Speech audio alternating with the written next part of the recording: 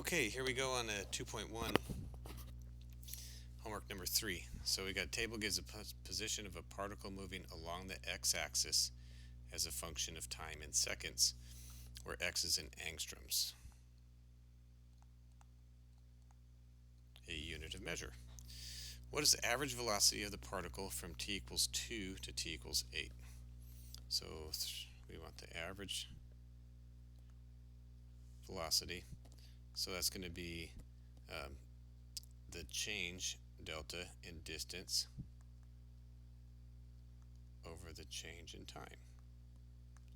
Okay, and since we want it from t equals 2 to t equals 8, the distance at its position at 8, so it's negative 4 minus 14. That's the distance, that's the change in distance over time. And time is 8 minus 2, which would be negative 18 over 6, which would be negative 3. And now notice the units on the top, angstroms, seconds on the bottom, so that's angstroms per second. Now, notice this formula right here. That came from x of 8 minus x of 2. That's the distance it traveled. This right here is the final position, and this right here is the initial position divided by 8 minus 2, which is my elapsed time. Alright, let's look at 4. Let's go big on this guy. Particle's distance shows the particle's distance from a point. What is the particle's average velocity from 0 to 3? Well, for 4 we got the average velocity is the change in position divided by the change in time. Or s, since we want it from 0 to 3, s of 3 minus s of 0 over 3 minus 0. Does that make sense? I'm waiting for you to answer, right? So s of 3 is 4 minus s of 0 is 1 over 3, so that'd be 3 thirds. What are our units here? Meters per second. So meters per second, which is 1 meters per second. Okay. Number 9. In a time of t seconds, a particle moves a distance s from the starting point 4t cubed. Okay, so you tell me the time, I'm going to tell you how far it is from the starting point. So after 1 second, it's at 4 units away. After 2 seconds, it's 2 cubed is 8 times 4 is 32 seconds, or meters away from the starting point. Okay, so we want the average velocity. Let's do this. So between t equals 0 and t equal h. So for a part 1, if h is 0.1, then that would just be the average velocity would be s of, see, it went all the way to h, so 0.1 minus s of 0 divided by 0.1. Okay, and I'm going to kind of do a system here. For 2, the average velocity is s of 0.01 minus s of 0. Right, remember, this is my final position minus the initial over 0 to h. That's 0.01 minus 0, right? I don't need to write minus 0 on there. And 3, the average velocity, so that'd be s of 0.001 minus s of 0 over 0.001.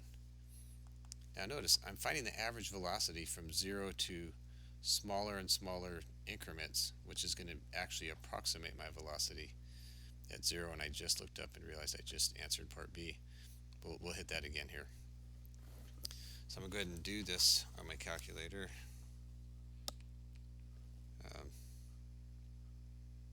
Here. I'm going to show you this in class, but so I want to do it on here so you can to reinforce it. I'm going to put on my calculator y equals s of, let's see, oops, s of h minus s of 0 over h minus 0. S of h is going to be 4h cubed minus s of 0 is always 0 over h.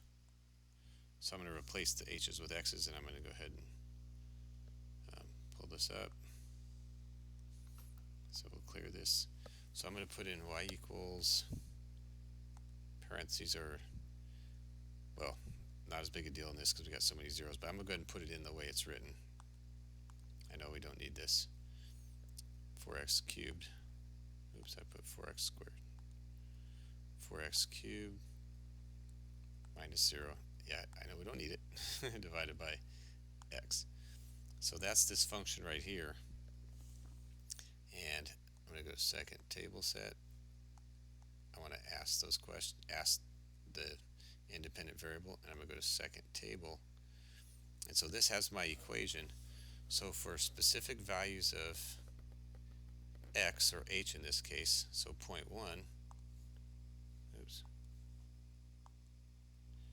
did I not save that? Second table set. Ask, I guess I would put enter, silly. Second table. Now I can put in 0.1. That's going to tell me this is 0.04. Yeah, the calculator goes off when I write on it. 0.01 and 0.001. Okay, so that's 4e to the negative fourth, so that's 10 to the negative fourth, or 4 times 10 to the negative fourth, so 1, 2, 3, 4, and to the negative 6. 1, 2, 3, 4, 5, 6.